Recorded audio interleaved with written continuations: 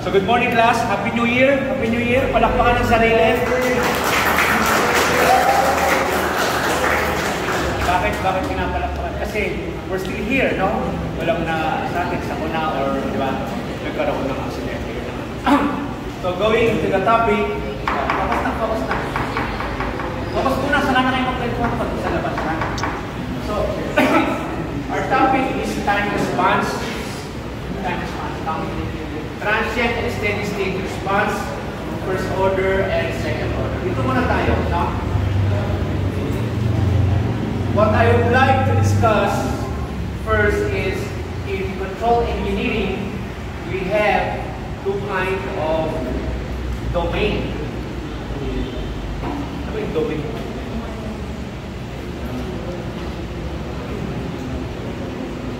Sabihin po nag-aaral ka ng control engineering, dapat mong malaman na may dalawang area or domain, no? One is time and the other is frequency. Now the question is, ano ba ang pinagkaiba ng time at frequency? Bakit gumagamit tayo ng time? O kailan ginagamit ang frequency? So when you are studying engineering, hindi lang yung puro solve na, di ba? Kahit sino kaya mag-solve, pwede mga ilang isaksak yan sa ChatGPT o dating software, no? Solving is one, the other is yung understanding. Okay? Dapat naiintindihan mo yung sinusolve mo. Kasi pag resolve, pwede mong i-pindot yan sa calculator. Tama? Tama ba? Pero yung pang-unawa, yung naiintindihan mo, yung konsepto ay mas mahalaga. No? Ano ba yung ginagawitan ng time? Ano yung ginagawitan ng time sa pang-araw-araw na buhay?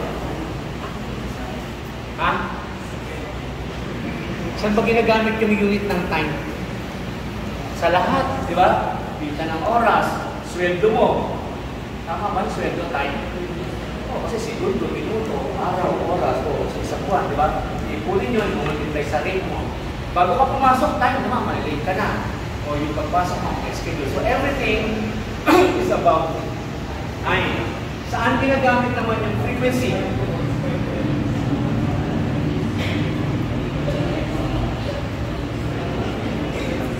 Saan ginagamit yung frequency?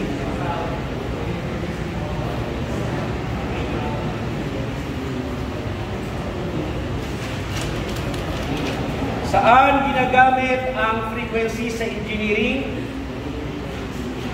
Kenneth. Hindi Sir Patrick. Kenneth.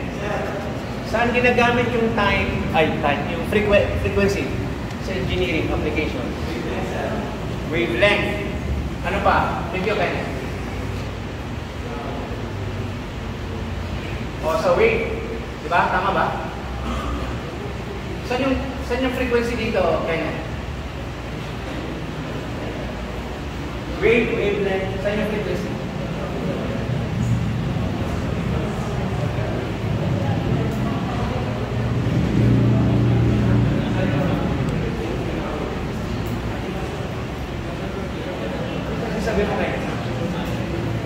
Sound. Ha? Sa audio, sir, sounds. Okay, Net. Bibigyan kita, no? Para explain ni Kenneth yung kanyang ano. Diba? Yung express niya sinasabi, no? Kenneth, ito yung nasa Pilipinas. Ano ang frequency na ginagamit natin sa mga motor, sa mga appliances? Diba? Kung tinignan mo yung computer, yung mga motor, diba? Lahat ng appliances, TV, tingnan mo sa likod, ano yun? 20 tsaka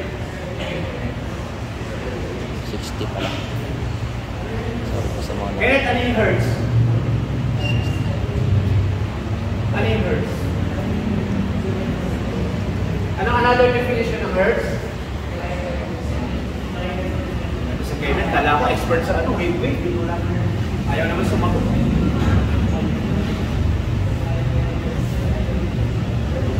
O, tingnan mo po ito para na-appreciate. Diba? Hindi yung puro solve, tas wala na. Hindi naman naintindihan ko ano mga nandun. Diba? Cycle per second. Nasaan yung cycle dito? Ha? So ang cycle ay pag nag-start ka halimbawa dito at natapos ka dito. Di ba? Okay? Maliwanag ba? So isang cycle yan. Sabi, sir, ang cycle, ang alam ng cycle, sir, yung ano yung halimbawa, ganyan, di ba? Tama ba yan? Pag umikot yung motor o piston, di ba? 1 rev is 1 cycle, di ba? 2, 3, 4, di ba? Kaya nga, yung mga motor, kadalasan ay, ano yan, 3,000 revolution per minute. Tama? Sa isang minuto, may 3,000 sasabit siya. Or, 1,800 rev per minute. O, nasa yung cycle dyan?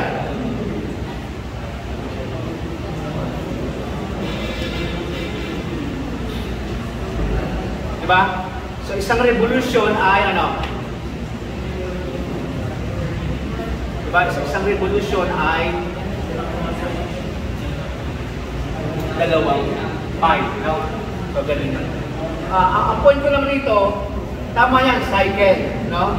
Kaya lang, pag i-translate mo sa wave, yung cycle, hindi naman pwedeng wave mo ikot ng ikot. Siyempre, wave is, di ba? So, eto, y angle, ano to? Ano tawag ito sa angle? 180. Ito ay 180 rin. No? So, eto, 180. Ito yon, another 180. Kaya yun ay 360. Normally, we express the cycle in terms of degrees. Pero may isang pang paraan para ma-express yun. Ano yun? Letter R. Radian. No? Kaya eto, di ba mayroon tayong equivalent na pi radian is what? Ilan? Pi r squared. 180. Okay? So, kung aanoin mo yan, eto, ang equivalent nito ay ano? 2 Bakit ko binabanggit ito? Kasi when we go to the response, yun ang gagamitin natin. No? The angular velocity is what? Radian per second. No? Or yung omega na tinatawag. Okay? So, sinabi ni Kenneth kanina, etong class, isang cycle. Isang cycle. Isang cycle. Kaso, sa Pilipinas, ilan? 60 cycle sa isang, ano? Segundo. Ibig sabihin, di ba? Isang segundo. Pero naka-anim na kung wave ka. Pwede na cycle, no? Nasaan yung wavelength na sinasabi ni Kenneth? Ito yun, no? Pag nakabuo ka ng isang cycle, no, ito yung tinatawag na wavelength. Okay? Naintindihan ba? So, ayan yun. Tama, no? So, when we are dealing with so many cycles and fast processes, gagamit na tayo ng frequency. Ano pa ang isang example na ginagamitan ng frequency? Alam niyo ba yung nag-mechanical tayo, di ba? Ano to? Yung nasa cylinder, ano yun? Crankshaft. Piston, di ba? So, ano ginagawa ng piston? Paikot yung Up crankshaft. and down or left and right, di ba? Basta may cylinder. Dahil kayo ay kumuha na ng ano yan? Yung mechanics ba yun? Mechanism? Machine elements? Anong tawag dito? Sa mechanism nito?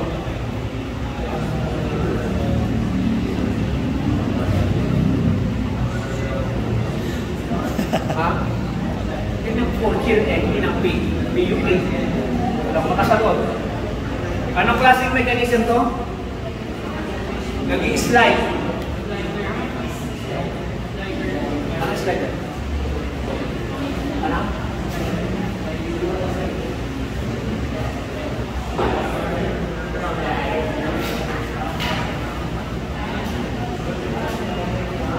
Slider crank. Tinatanong kayo, wala lang masagot kung anong impression ang binibigay niyo sa akin. PUP, ME44, di ba? Slider crank. Sa bilis nito, Di ba? Hindi mo na yan masusukat sa ano, sa time. Sa frequency na yan. Naintindihan ba? Di ba? Bilis eh. Naintindihan ba? Makinig kayo, puro kwento. Sa labas na kayo magkwentuhan. No? Igalang niya yung ano, yung aming subject. Otherwise, wala kayong matutuhan pag puro kwento. No? Ganito, pag nagpalipad ka ng rocket sa buwan or sa outer space, hindi uurasan mo ba yan? Hindi. Frequency, no? Kasi orbit na yan. Diba? Orasan na, walang oras, walang oras. Alam na yun. No? Nagkitingan ba? So, ma-appreciate nyo yung domain ng frequency. No? Diba, nag-aaral kayo ng ano, sa automotive engineering, yung mga lubak-lubak. Diba? Yung kada lubak, sa dami niya, no? Rough road, inaaral mo yung ng gulong.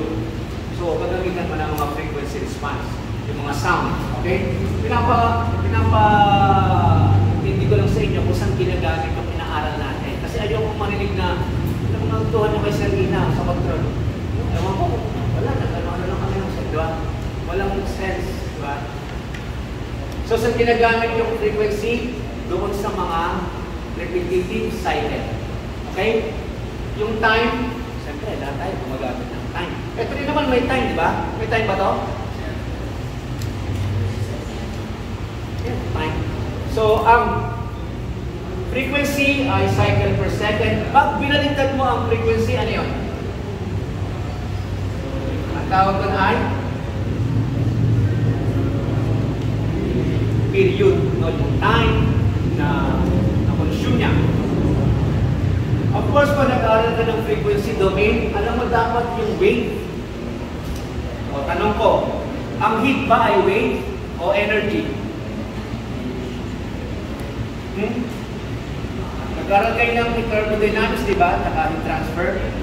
Ano mong pagkaalam nyo sa init? Ito ba ay wave o energy?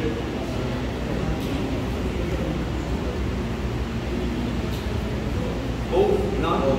So, electromagnetic wave, tsaka siya ay energy. No? So, there are studies na represent heat in terms of mga wave. Okay? So, pinapa-kita ko lang na ito na may dalawa at ito ang ating focus. Okay? Ngayon, tumingin lahat dito. Tingin. Ito, napapabilis na lang natin. Ito ay may dalawang klase, transient, tsaka steady state. Ano bang naintindihan sa transient?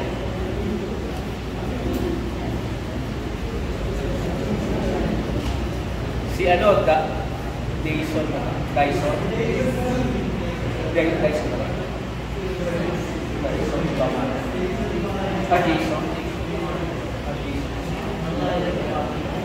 Jason! Asa si Jason? Jason, ano ba yung pagkakaiba ng dalawa? Kahit hindi engineering, transient at steady state. Kahit hindi ka nag-aaral ng tungkol engineering, dapat may idea ka kung ano yan. What is transient and what is steady state? Sino ba nakapunta na ng Baguio? Baguio, Tagaytay, o saan? Hindi ka naman doon, pag nagbakasyon ka ba doon, bibili ka ba ng bahay? Hindi naman, di ba? Uupo ka lang. So, ang tawag yan ay transient. So, ano masabi ko sa transient, Jason? Pang matagalan, pang ano ba yun, napabuhay? Makinig, maingay, hindi ko madinig si Jason. Short lang.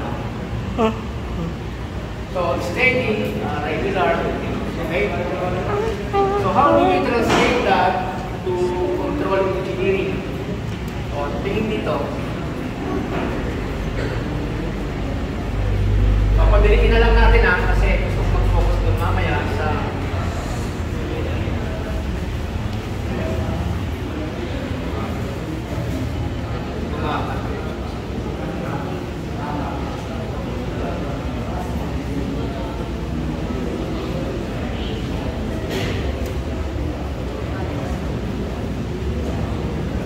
nasaan ang transient dyan?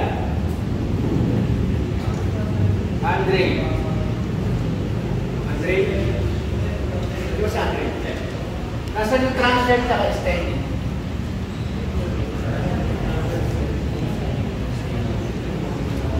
Transient response at steady state. Kasi time response tayo eh.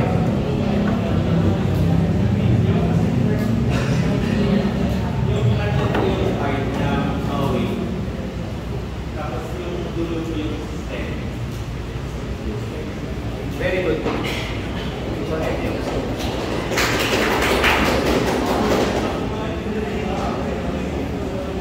kailan mo na-appreciate ka ng mga klase mo. Di ba? Yeah. Palakpakan ulit, palakpakan ulit.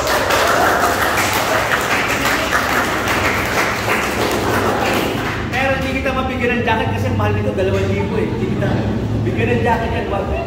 No? Mahal eh. Balik ko, pera na. Makinig ko na. So, bakit naging transient to? Kasi pag sa control engineering, may hinahanap ka ng target and yun na yung tinatawag na ano? Set point. Maliwanag? Yung target na yun, halimbawa, temperature, mag-iinit ka muna or lalagyan mo ng mga heating element. Tapos, ang mangyari doon class, tinatarget mo ay 200 degrees centigrade ng temperature. Kasi ito isa sa pinakamahirap kontrolin. No? Yung temperature galing dito, lalampas, lumampas siya sa target. Anong tawag sa paglampas? Exceed. OS. Overshoot.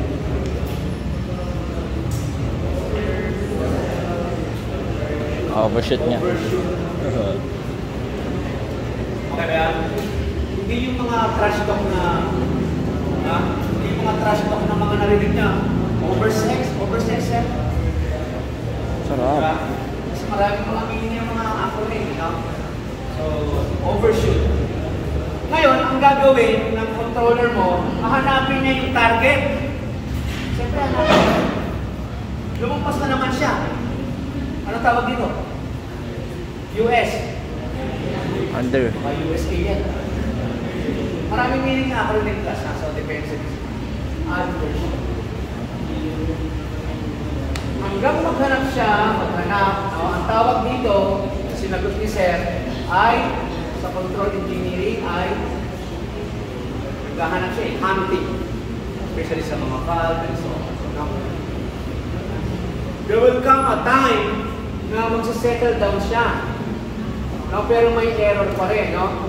Normally, ito ay mga 2 to 5% error. And we call this steady state kasi medyo kalmado na siya at regular.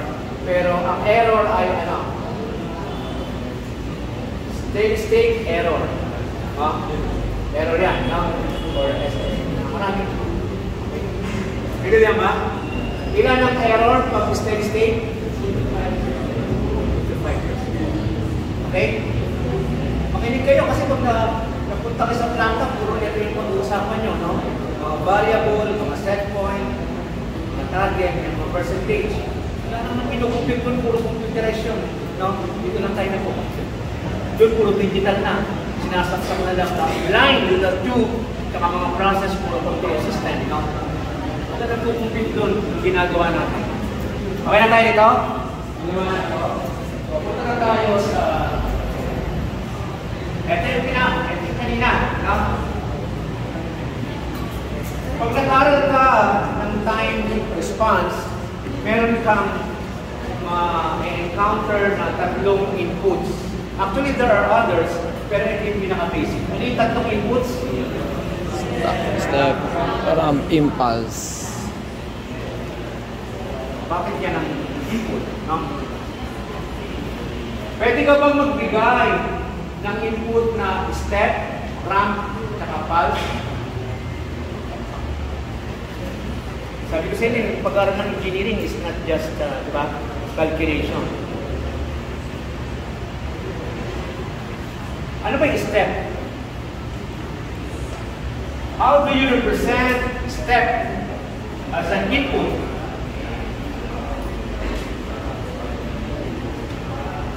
text. Sab mo muna, ilaw ko. Sab mo na ilaw. Any idea?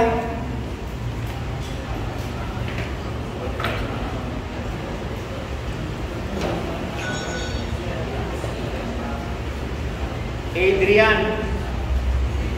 Patrick. Patrick. Si Patrick na, si Patrick. Patrick, may idea ka ba sa step, input? Ano ba ang naintindihan mo sa step? Ano yung mga bagay na may step?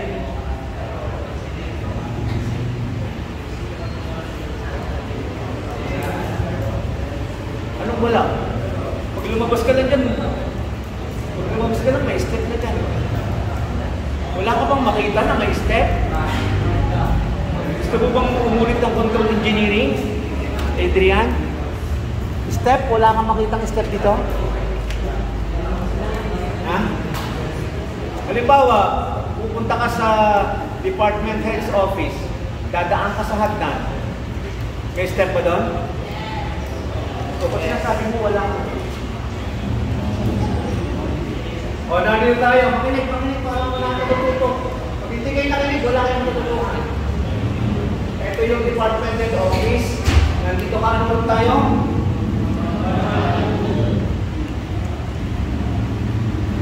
Kahit na anong gawin mo dyan, from here to here, you are doing step. Diba na? Pag sumakay ka ng elevator, wala naman na elevator yan dito, diba? Sir, sira. Pero, diba yung elevator mo nandito, pumunta doon, step yun. Baka kala nyo yung step is sa paalam, no? Step right, step left, di ba yung ginagawa natin pa? When you study the word step, it is what? From your initial position to the next. Bawa, na-promote ka, step increment. Tama? Ibig sabihin, promote ka. Hindi ka naman umakbang doon eh. Diba? Literally, hindi ka umakbang, pero umakbang yung position ko, no? So, eto, si Adrian, dito, naglalaka, di ba may step? Tama. So, ano yung sabihin ng step? Pag sa, ito, sa graph.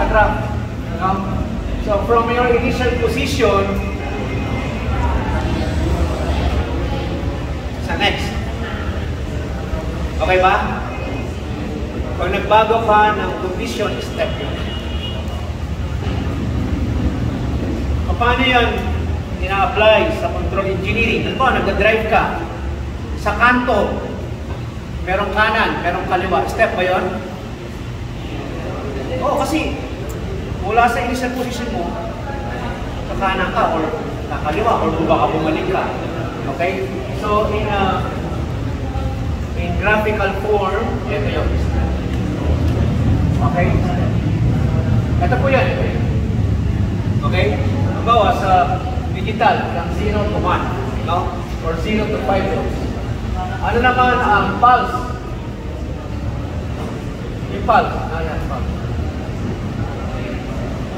Short period lang, no? Halimbawa, ganito. Biglang, parang yung puso ng pulse.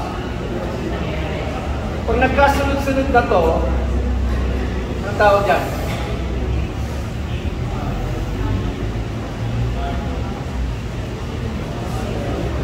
Pulse train. Alam niyo ba yung train? LRT, may mga coach, o may mga wagon, no? So, halimbawa, biglang nag-crash, biglang may nabangga, pulse yun. Ano pa isa? RAM. Ano ba yung RAM? Iintindihin niyo yung RAM kung alam niyo yung simple machine. Ano ang nire-represent ng RAM sa simple machine? Yung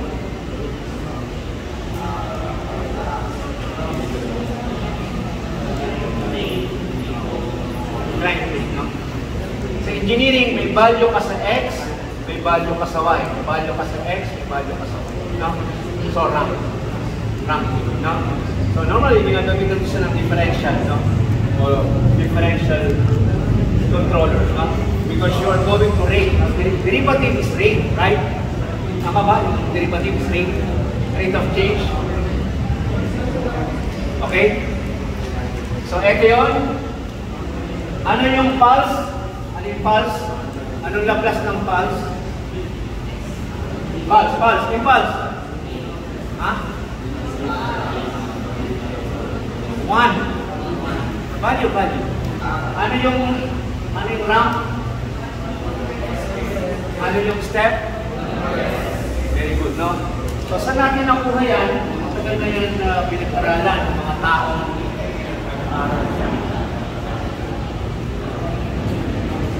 balik dito para alam ko ano yung pinag-uusapan. Impulse 1. Tatandaan kasi yung pinapang-multiply natin, di ba? Transfer function times the input. So pag input ay impulse, ano papang-multiply mo? 1. Pag ang input ay step, 1 over s. Pag ramp, okay? Ganyan ba? Kasi nasanay ko yung mind nyo ng logical structure, no? Para hindi sabog-sabog. So dito lang tayo magpakonsentrate. Okay? So yun ang ginawa natin kanina. Kaya pinauna ko ang pagkakalculate. Di ba? Nakuha nyo ba yung aking method? Di ba? Kasi alam ko tatagal tayo dito. Kaya inuna ko na. Hindi naman tayo tumatagal sa pag-explain eh. Kasi that's concept and narrative. Tumatagal tayo sa math. Kasi math is analytical. At kayo, dahil bata kayo, makakalimutin na yung mga bata ngayon eh. Di ba? Eh ako nga, 55 na eh. 54 lang pala. Kayo, di ba? Bata pa kayo pero compute lang, ang tagal. Eh dapat mabilis kayo kasi kayo yung bata eh. Mas ano pa yung utak nyo, fresh. Diba? Naintindihan nyo yung point ko? This is not control system engineering per se. It is mathematics. Kasalanan ko ba na hindi kayo marunong mag-partial fraction? Hindi ko kasalanan yun. O DE, hindi kayo masyadong hindi kasalanan ng professor yun kasi pag bibigay sa akin ang load, ang tuturo ko lang ay control. Pero yung algebra, tsaka differential equation, itong lahat, ina-assume, alam nyo na. Ganun lang yun, no? Pero siyempre, kinaka-explain to, di ba? Tama? Kasi pag hindi ko explain, ako rin mahirapan. Wala kayo nagbuhan. So, ganun lang yun, no? So, as you can see, I'm explaining yung mga efforts at sacrifices ng mga professor. Hindi lang sa akin. Diba? Yung mga kakulangan nyo o ng mga professor na dati nyo, kailangan natin unan para makaagapay kayo. Kaya inuna natin ito, no? Wala tayong problema sa mathematics kasi tinuro ko na yung partial fraction. The only important here is yung process. No? You have to multiply in order to get the output, you have to multiply the transfer function to the input. At ano yung input natin? Yung tatlo nga. Okay? Nakakuha niyo ba yung story natin? No? When you're trying to study the time response, dapat ganito. No? Meron kayong block diagram, merong reference input, may control output, at ito yung mga inputs na gagawin natin. Okay, maliwanag na yan, no? Maliwanag na rin yung math. Ngayon, punta tayo sa order. Ano ba yung order na sinasabi dyan? Order ng ano yan? Order ng differential equation, no? So, pag sinabing first order, linear lang yon. 1, exponent. So, sinabing second order, ano yung numerical value ng second order? Anong klaseng equation yon? Sa polynomial? Let's review. Quadratic. Okay? So, quadratic, pag tatlo, ano? Cubic, quartic, quintet, and so on. Okay? So, the next question is, ano ba ang equation ng first order?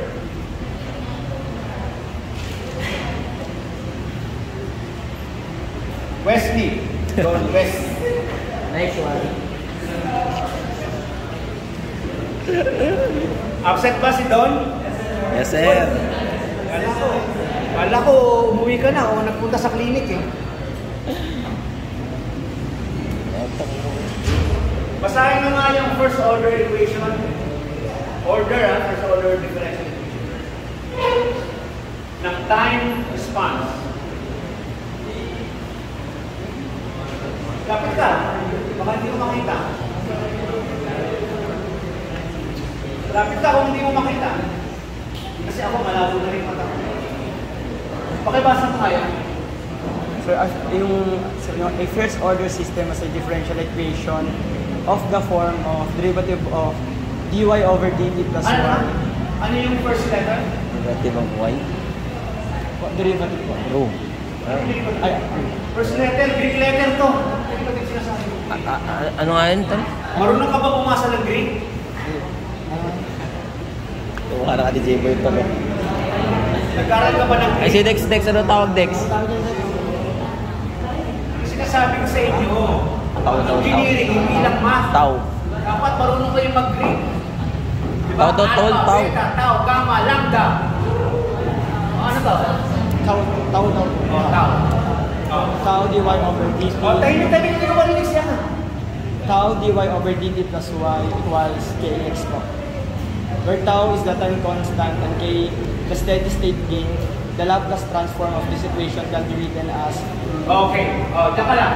Paano ito doon maging ganito?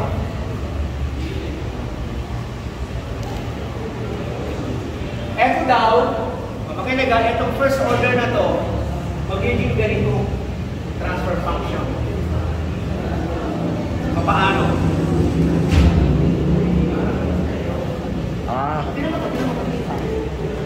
Doon, mula dito, anong ginawa? Kaya naging ganito.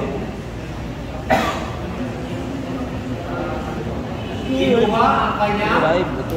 Yung y. Derive po yung ano. Capital. Hindi din po yung y. Yung dt, yung y, magiging capital yun. Tapos lalagyan mo ng s plus yung y, lalagyan mo ng s. tinransform po sir yung capital. Transform, ginamitan ng Laplace. Sige nga. Kasi constant yung tau. Constant yung tau. Ano mangyayari sa d over dt? Di ano po, capital tas s. Magiging capital yung y. Magiging capital po yung y sir. Tapos lalagyan po ng s. Ano equivalent ng d over dt? S. S po. S. Tapos yung y, Magiging capital. Magiging capital po sir. magiging capital. Itong y, Magiging capital din po. pag na-transform mo na, lalagay mo ng S po. S operator. Yung k, constant, Opo. hindi mo gagalawin. Constant yung x, magiging X, capital. isang variable. Magiging malaki din po sir. Lalagyan mo ng s for yung transform. Palakpakan. Biruin mo, isang taon, naalala niya pa yun, pero mga 6 days pa lang. Bangis? Bangis, di ba? Pero mga 6 days pa lang kasi kababagong taon lang. Okay na? Yeah. Everybody, ano mo ba? Guys, kasi ito yung magiging exam niyan. So, pag ginawa mo pala ito, ginawa mo ng Laplace, so dito. Ano yung K? Ano yung K? I gain. K. Dapat tatandaan yan ha. Kasi mula ngayon, ganyan ang pag-aaralan natin hanggang sa mga controllers and gains. Okay. Ano yung tau? Time constant. Bawa. Makinig pa lang ang yan. So, bawa, ito, 1 tau. Pwede mong i-represent yan. So, yung T is time constant, pwede numerical or percent. No? Habang dumadami daw ang oras, anong nangyayari sa output? Ganun lang yun. This is the X, this is the Y. Okay? So, ganun. Okay na tayo dyan? First order. Saan ginagamit ang first order? Sa mathematics lang naman. Siyempre, pag nag-aaral ka ng system, dapat i-qualify mo siya whether the input is impulse, step, or ramp. Ngayon, halimbawa, ang input mo ay impulse, anong multiplier niya? Pag pulse, impulse. Times what? 1. Di ba yun nasa Laplace? Hindi. Pero mas mahalaga sa akin, kung saan ginagamit mo, ano yung sinasabi ni Sir Gino, puro equation, wala naman akong tandaan. Sino ba nakakatandaan ng equation? Diba? Hirap tandaan ng equation. Correct? Except lang mga exceptional na tao, no? Matalino, malakas ang memory. Pero sa ordinary yung tao, kahit ikaw ay engineering students, no? Hindi mo naman matandaan karamihan ng equation. Pero ang mahalaga sa akin, saan ba ginagamit? Yung first order ay ginagamit, halimbawa, nag-aaral ka o nag-model ka, nag-design ng sensor, typically a first order. No? First order systems are generally systems which have just capacitive and resistive. So dapat alam yan, no? Yung capacitive at resistive load. So, inductive, may coil. Okay? So ngayon, ito yung mathematics niya, no? And when you are, if you are studying engineering, dapat marunong kang gumawa at mag-interpret ng mga graph. Di ba? So pag ginraph mo yung first order na ginagamitan ng pulse na input, ito yung makukuha mo. Ngayon, tatanungin kita, kasi fortune ka na, engineering, nag-graduate ka na next SEM, no? Next, tama? After, isa pang SEM, di ba? Pang SEM, sir. Depende pala, no? Kung nag-graduate talaga. Pero, ang point ko, ano pong graph to? Is that linear? Parabolic? Hyperbolic? Ano yan? Ha? Yan. PUP fortune eh. Kada tanong, walang masagot. So pag ang point ko rito, class ka rito.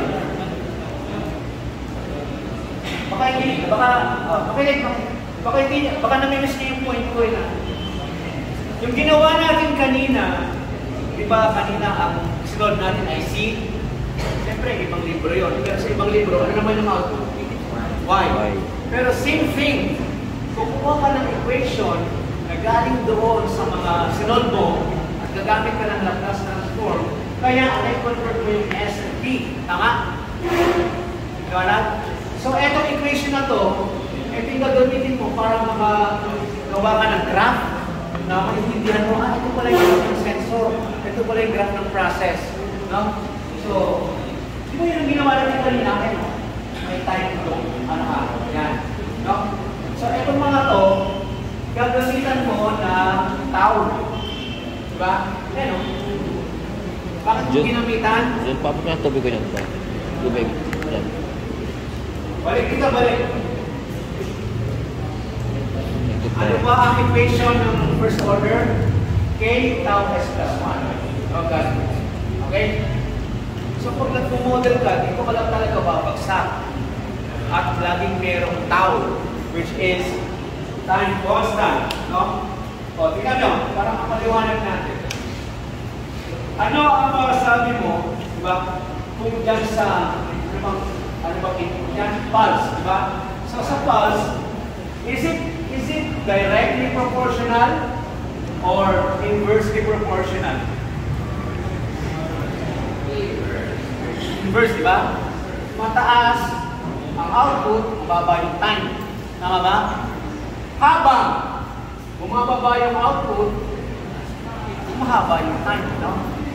So, kung ikaw ay engineering student na punta ka sa research, dapat ganito ka mag-interpret, no? Pero kung nagbebenta ka na lang ng kung ano-ano dyan at naglilinis, maaaring hindi mo gamitin ito. Diba? We are not undermining profession. Kasi may sales engineering. Diba? Pero pag sales engineer ka, pwede mo rin magamit mo ito. Diba? Kala magbebenta ka ng mga sensor. Dapat alam mo, sir, kasi ito yan. Yung output niyan, kapag tumatagal, ito ka na. Diba? So, mas papaniwalaan ka.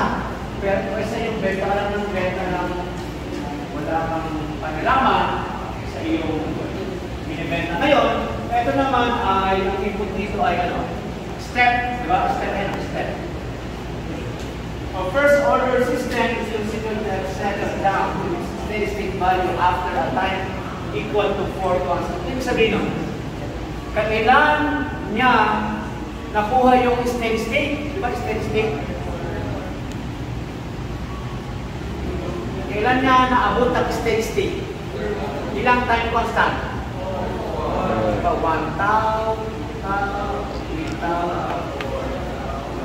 sabihin, nung time constant ay naging 4, doon na siya nag-start na mag-settle kung ito yung graph mo pero gamitin natin yung graph niya.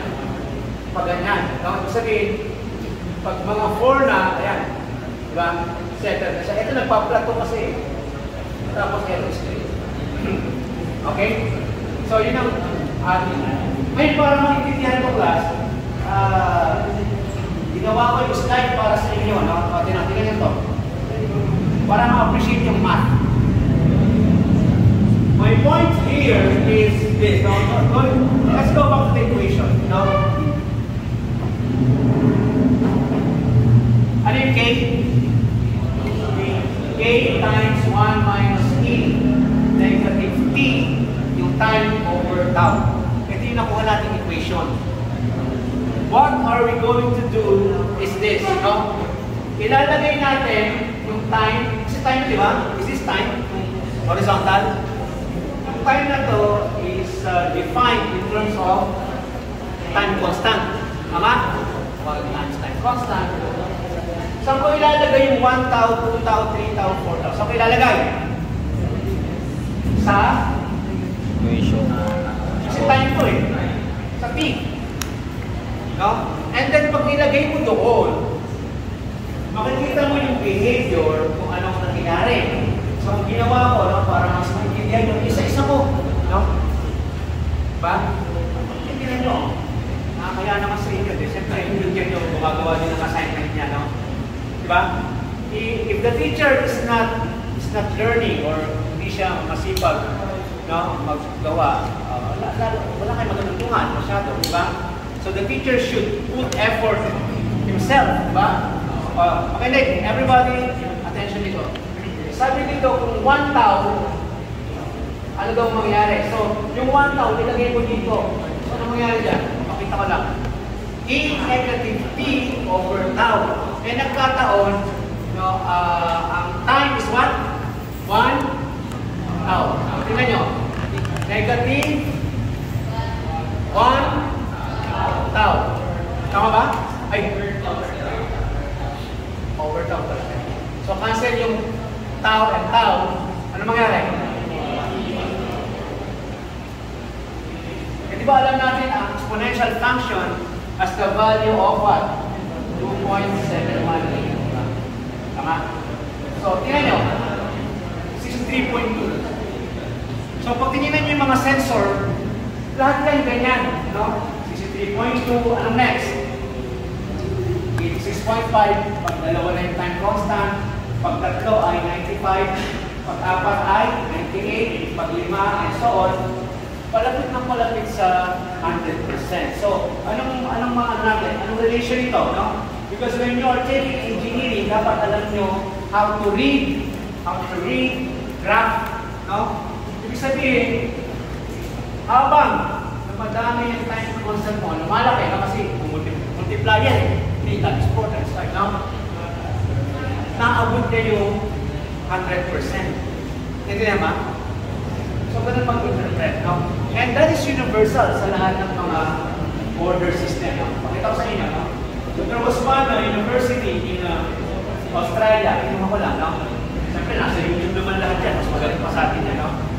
So, pag time ay 0 out of 0, pag 1 times constant, diba? Kanina 63, you know. They have to multiply this with 100, diba? 63. So, 95. So, pag 10, 20, oh, 999, no? Sabihin, papalapit na sa akin. Okay? So, yun lang ang natin. Okay? So, ito ay mga mathematics, di ba? Na-explain na natin yan. Okay? Yung equation kanina ng first order, ito rin yun. No? Iba-iba lang. C, di ba? Output. Ginawang Y. Tama? Time domain. Ito rin yun. 1 minus negative. Di ba? Negative T over tau. Ito rin yun. So, lalabas. Okay? Ngayon, ito yung pinagbasihan kung nagtataka ka pa hanggang sa ngayon. Sir, saan ba galing kayo nagsasabihin ng pulse, saka step, saka rank? Kung mula ang first day, ito na yung ginagamit natin ng table. No? So, maraming application. No? So, you have to someone master the keyboard itself. No? Ngayon, hindi ko napapaliwanag to kasi puro mathematics lang naman yan, transfer function. Okay? Ito, ginawa na natin, inuna ko na kanina kasi alam ko we will spend much time here when we analyze the system using the inputs. Ano yung tatlong inputs? Step, impulse, saka ramp. Ngayon, I think ang hindi natin na-tackle ay ang impulse. O, di ba? Pag impulse, saan mo siya i-multiply? Pag pulse. Ano yung input ng pulse? 1. Ngayon, ang tanong, Sir, bakit hindi nyo ginamitan to na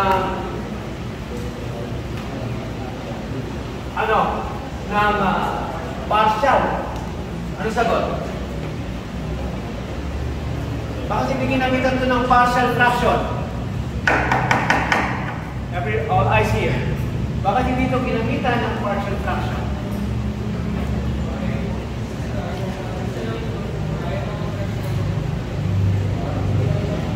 Tama ba? 2s plus 1 times 1, tama? Oh. Kasi, kaya mo na siyang simplify and then pwede mo nang gamitin agad yung table. Can you simplify this? Ano ang trick? Ano ang rule natin para ma-simplify yung mga function? We do not want coefficient sa S. Dapat mo ng coefficient 1 lang. Paano ito magiging 1? Divide by 2. Times 1/2 or divide by 2. Pag nag-divide ka sa 2, ay sa denominator, mag-divide ka rin sa divide natin. So 1/2, ayan na yan. 2 divided by 2 is 1s. Hindi namin nilalagay yung 1. So s lang. 1 divided by 2. Yan. Hahanapin mo ngayon sa table, ano ba ang equivalent nito doon sa table ng Laplace? Di ba sinabi nga? 1 over s plus a. Ano yung a? Oh, ang equivalent niyan ay ano?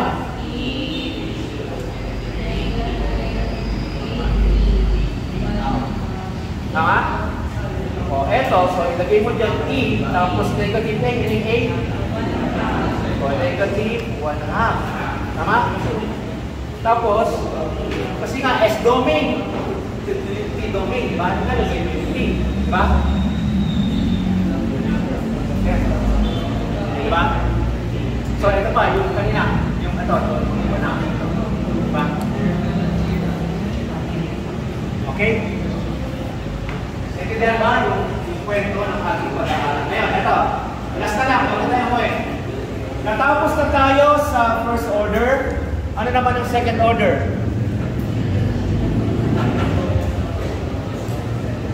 Alam niyo yung second order, yun ang pinaka-komplikado. Diba? Ito, si ano? Ha? Lady Gab daw. Lady Gab rin. Palakpakan si Lady. Yun. Nagagi si Dex, sinadya. Saan ko si Lady?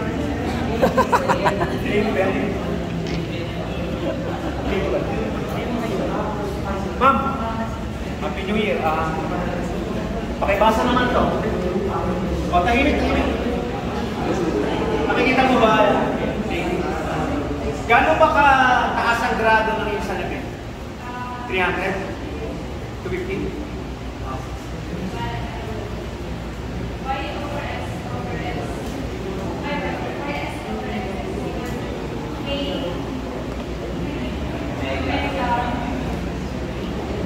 Mega N.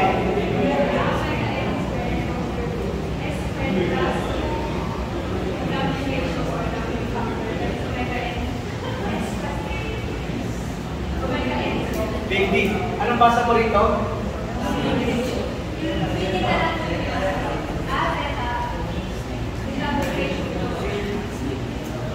Hindi, ang description ay ano ang basa sa Greek? Zeta. Palakpakan.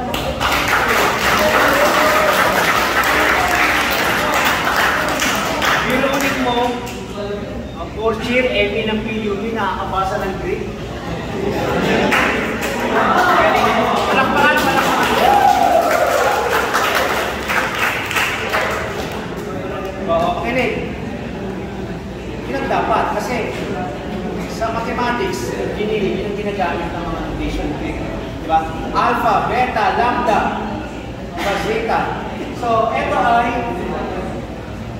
zeta. O, mag-aaral na ngayon kung paano isulat yan, ha? Dahil yan ay napakahirap isulat. Diba? Mag-aaral. Ngayon, makinig, mahalaga ito. Kasi may mga magre-reklama, ano ba naman sa dito, ang dami na ng equation, ano ba yan? Kasi nag-engineering kayo eh. Kung ayaw na equation, mag-cosmetology kayo. Punta kayo sa register ng palipat kayo, diba? Pharmacy and something. Ngayon, alam mo ba ang omega n? Gaano kahalaga ang omega n?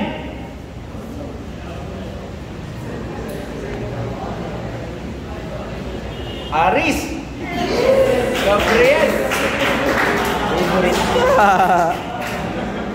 Lagi na natawag, Brad, ah. ano si Aris? Oh.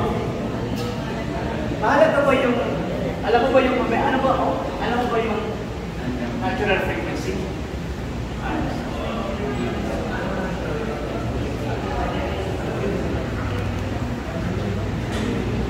Saan ginagamit ang mga natural frequency?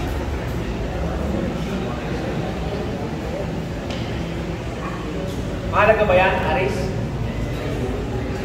Hindi, sa'yo, personally, mahalaga yan? Talaga lang, ha? Huwag mo kong aprayin. Paano naging mahalaga sa yan? Paano naging mahalaga sa atin ang omega n?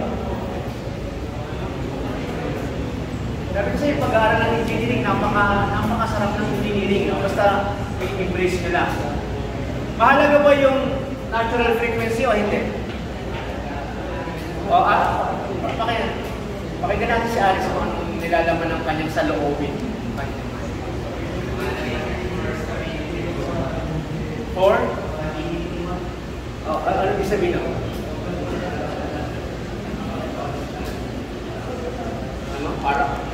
Nag-aaral ka ba ng Greek? Parang Greek din. Sa mas Greek 2 minutes ka sabi mo, hindi ka lang nagtibihan, ha?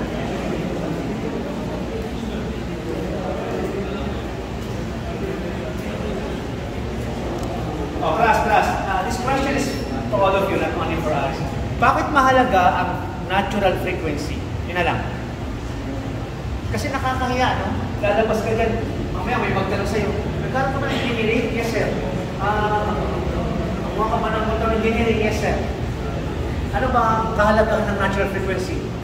So wala kang masagot. Sino picture mo? Sir Ginaw. Tingnan mo, ako na naman may kasalanan. Intindihan niya. Saka nag-aaral, theory. Walang may sagot. Ano ang kahalagahan ng natural frequency? Kasi ang gusto nyo, nararamdaman ko yung gusto nyo. Ay, mission lang naman yan. Substitute lang. That's not engineering. It's all about. Dapat alam mo kung ano yung aaral mo, ano ba yung kahalagahan ng second order? May nakita ba kayong omega n sa first order? Dahil nandun lang ay gain sa tau. No? Gain sa time constant. Ito, mas malalim to. Balik tayo doon. Lampa mo na, extract na maayos na sagot eh. Bakit mahalaga ang natural frequency? Fatima ba ito? Fatima?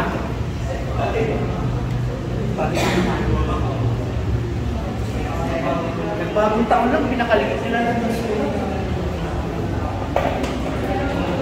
Fatima, nasan si Fatima? Paper na seat. Nagpaalam, mamaya mabano yung sa daan eh. Mamaya ako pa masasip. Ito, Russell. Russell, nandyan? Uy, Russell. Happy New Year, Russell. Bakit mahalaga yung natural frequency?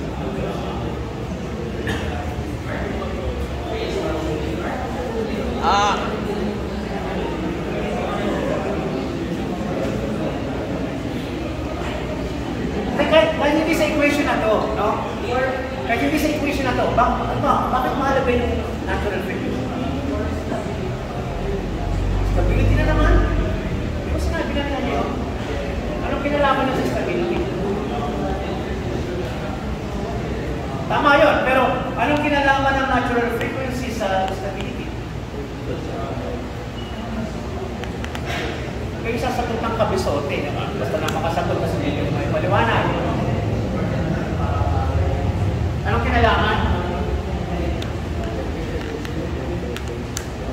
O, ganito na lang. Ako na sasagot, no? Ano lang yun, ha? It is not intended to embarrass or it's a teaching and learning process, no? Nagtatanong yung teacher, sharing and learning lang yun. Ganito, para mamadali tayo kasi tanghali na rin, no? Mahalaga yung natural frequency. Lahat ng bagay ay may natural frequency. At bakit yung mahalaga? Yun ang pwedeng maging dahilan ng pagkabuhay mo o pagkamatay. Halimbawa, nasa tulay ka. Ano nangyari sa tulay? Nagko-collapse. Bakit nag-collapse? Di ba nag-wave? Pag yung frequency ng hangin, natural frequency ng wind lang naman yun, tsaka yung bridge, di ba? Ay tumampat sa window o sa range ng natural frequency ng tulay, mag-collapse. Totoo ba na nakakabasag ng baso o salamin ang sound? Yes. Oo. Bakit? Pag nasa restaurant kayo, hotel, di ba, Columbian, ano mo yung baso? Ikot-ikot mo na, tapos may sound system. Mamaya, ano na, no? Maka-capture niya yun.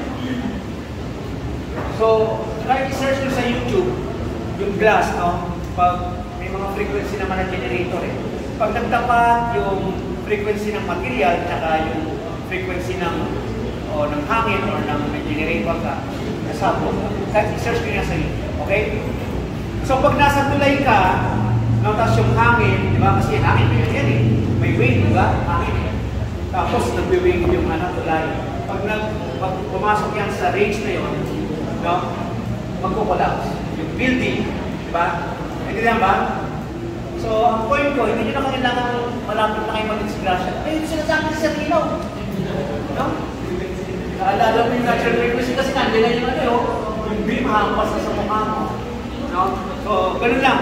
Mahalaga, okay? To shy away from mathematics. Yun na lang, no? So, eto, ganun din ang ginawa natin. Mula sa differential equation, we have to simplify using Laplace hanggang makarating ka, no?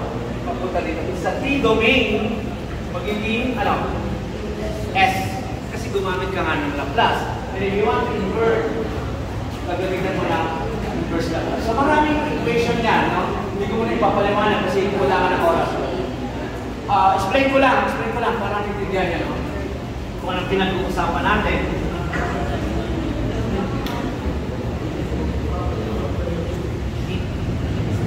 May dalawang bagay na mahalaga sa second order. Ano yun?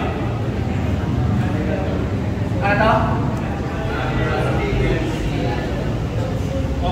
Dalawa yan, ha? Undamped tsaka damped. No? Ano pa isa?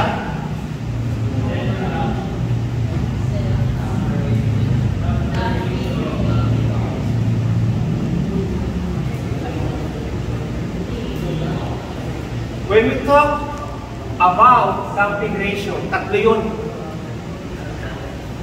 May damping ratio na less than 1, may damping ratio na greater than 1, at ang ating gustong ma-achieve ay ano?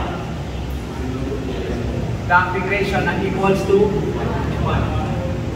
Ano ang tawag kung ang damping ratio ay less than 1? Babasahin na lang po, baka hindi nakikita. Ano ang tawag kung ang damping ratio ay less than 1? Kung 1 lang,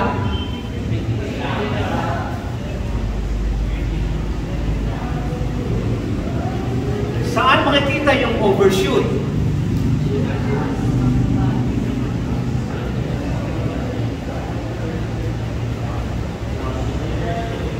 Undershoot, overdump.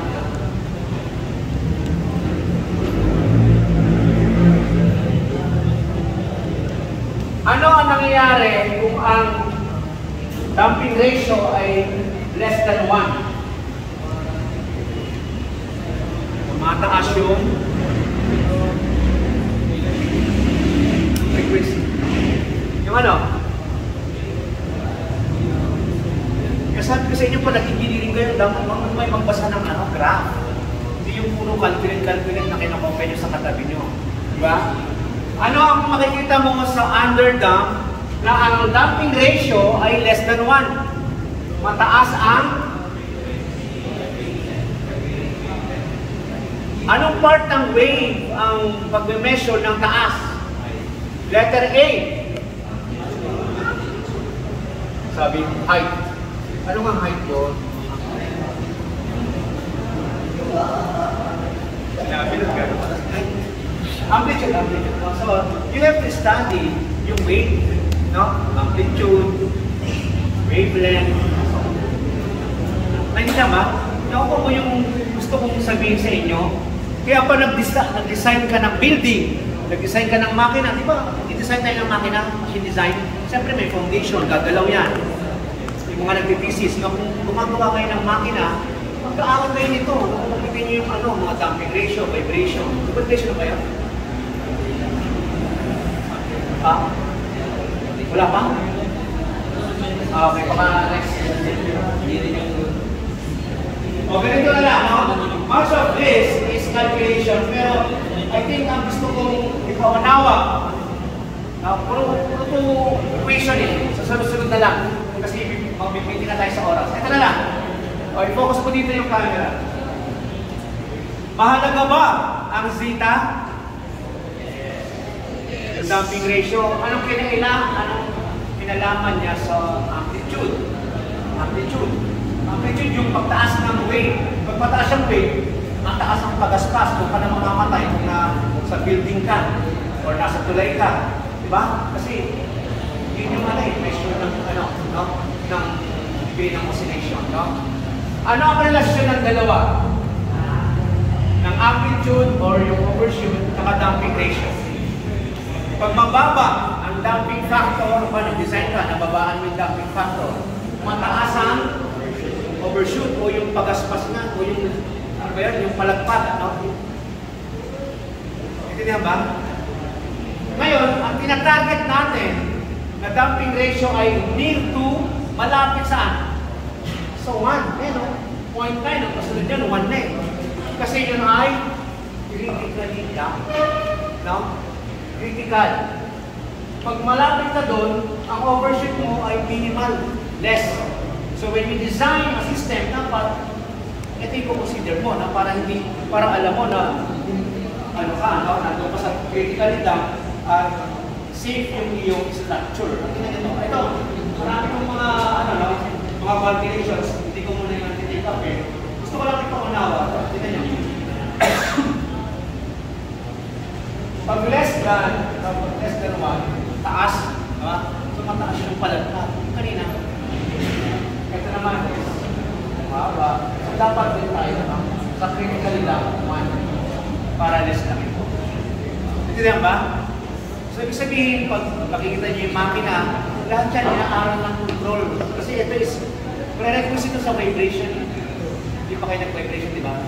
Pinag-design kita ng diba? Yung mga episode, tsaka yung mga makina, no? So, dapat alam mo yung vibration na Kasi, ayaw mo ng makina na, di ba? Nagtuturno ka, tapos galaw ng galaw, no? Dapat, we keep the vibration to minimum, meaning, malapit ka sa damping ratio na 1 and less on overshoot. Okay? So, yan yan. Ito yung mga calculation, later na lang natin dami ito. Ayan o. Tignan nyo. Ano yung rise time? Diba? So, although we are in Wait, dapat alam mo yung time. Rise time, papaakyat. Peak time, ito. Yung na-reach na bago makaabot yung peak. Ito yung overshoot. So, kung pagpigin natin lahat yan. No? Maliwanag ba? So, ang mga sabi ko lang, guys, ito mahalaga to. Yan, may mga kalbigan. Ano naman sa lecture nyo? Settling time, lahat naman yan, example bracket. No? Ang masabi ko lang, pakalaga nito, pwede kayo, ipasa nyo itong subject na to, ha? Kasi ayoko na kayong... Sa hirap ng dinadanas natin, ito magkikita na naman tayo. Eh wala namang prerequisite to. I mean, papunta lang sa vibration, no? Pero it's not so much of a major subject, no? Ayoko nang bagsak, di ba? Eh sa hirap nito, babagsak ko kayo, sa akin din kayo babalik. Settle ko sa dating mga professor, no? Okay? So, tagayin na lang natin, konti na lang naman, no? Ilang weeks na, no? So may tanong ba? Basta, to summarize ko na lang para to summarize what we have discussed. We are discussing the time response kasi iba pa yung frequency response, that's another. Ito lang kumakapatal. First order, ano yun? Yung K over tau S. No? Balik mo ito. Para naman yun plus 1. Ito ang first order. Anong mahalaga yan? Yung gain tsaka yung time constant. Ito naman, second order, ang omega N tsaka zeta. Yun. No? Omega N, mahalaga yan ha? Kasi yung pag-collapse ng building, ngayon, building ko, tumapat siya sa natural frequency, tayo lahat dito. Ito yung zeta, damping ratio, no? As the damping ratio goes up into 1, the better. No? Kasi critically down. Bumababa yung overshoot o yung amplitude. Ayaw natin ng mataasang amplitude kasi papalagpag yung structure. Okay?